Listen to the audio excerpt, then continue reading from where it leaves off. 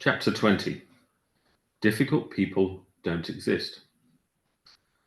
What if there were no difficult people? For most of my life, I saw some people as easy to deal with and others as more difficult. These perceptions were fixed in my mind. I felt that at best I could learn to deal with difficult people and try to manage my relationships with them. As I read more self development books and educated myself on topics like influence and maintaining strong personal boundaries, I grew proud of being able to influence a great many people. I felt like I could get along with individuals with whom others really struggled. I regularly demonstrated this ability in my profession.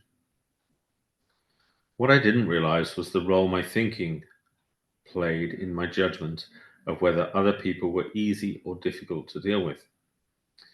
I saw their behavior as if my perceptions were completely objective, and I didn't grasp that my opinion of them was highly subjective. At one point, for example, I was having difficult interactions with my line manager and boss. Let's call him Eric. It seemed clear to me that the problem in my relationship with Eric came down to his behavior. What I saw was that he was highly critical of my work and miserly with any praise. I nicknamed him Mr. Angry, as he seemed to lose his temper easily. This in turn looked as if it was causing me to feel upset and demotivated. Not only could I find many examples of his poor behavior, I could also find many people to agree with me that Eric shouldn't act as he did, and that his behavior was the cause of our poor relationship. Most people could understand my feelings about Eric given the situation.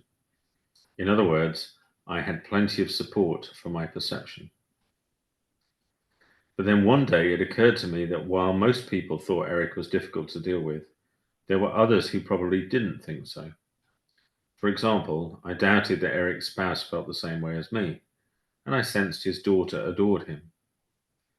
I then thought of people closer to our shared work environment and realized that some of my colleagues thought the exact opposite of what I thought.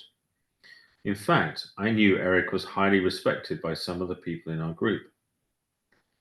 Taking this line of thought a step further, I reasoned it couldn't be that these colleagues were stupid and didn't really know what he was like, and that I was somehow seeing the real Eric while they were fooling themselves.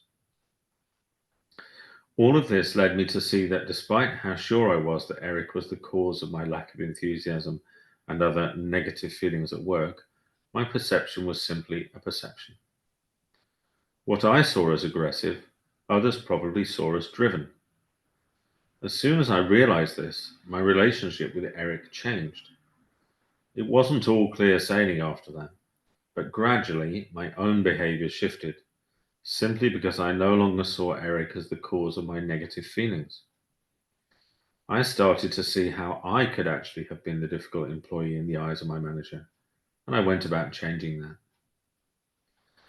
Within weeks, this work relationship completely reversed.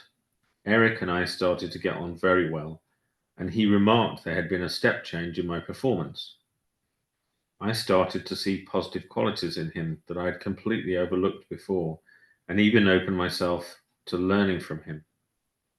We didn't become best friends, but the change was remarkable. I often tell this story to clients of mine who have a difficult relationship in their own life in order to point them to the possibility that what they see as 100% truth about the other person is simply their perception. What I have learned is that it is never personal. Other people can only appear difficult if I think of them that way. I don't guarantee that other people will change if I start seeing them differently, but I have seen remarkable shifts in relationships when I pay attention to the role of my own thinking.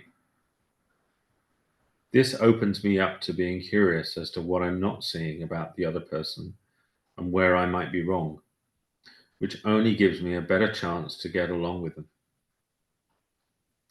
I'm sure that you can think of some people in your world who seem more difficult to get on with than others. I invite you to reflect on a difficult relationship and consider, are you judging this other individual as difficult because their behavior looks like it causes you to feel upset, angry, hurt, or sad? Could you open yourself up to thinking about this person differently? That's a nice chapter, isn't it? I'm imagining that we've all got people in our lives who we put in the category of difficult to get on with, difficult to accept their views, difficult to see why they treat us the way they do, difficult to see why they treat other people the way they do, difficult to understand their behaviors. Pretty common thing in the workplace and in relationships too. This gives us a lot of room for reflection, a lot of room for thought. I particularly like when Kush says, what I've learned is that it is never personal. That's interesting, isn't it? He's not saying sometimes it's personal and I need to cope with it, and sometimes it isn't. He's saying it's never personal. And there's a freedom in that, I found. And the freedom is that you get to see that the other person is just simply doing what they're doing. And you might think you know why they're doing it or whether you believe it's right or wrong, but those are perceptions really. And they might be right and they might not be right. And it doesn't really seem to matter so much. When you see that everybody is simply doing what makes sense to them at the time, somehow the pressure lifts. You find yourself just becoming less judgmental and more tolerant, which is beautiful because you start to find that you're going to be less judgmental towards yourself, more tolerant towards yourself, kinder to yourself. And it seems inevitable to me that the more kind we are to ourselves, then the kinder we're going to be within the world. And it looks like being kinder in the world could be a really, really useful and powerful gift. So I'll be interested to see what you make of this chapter 20. Let me know in the comments below. See you in the next chapter.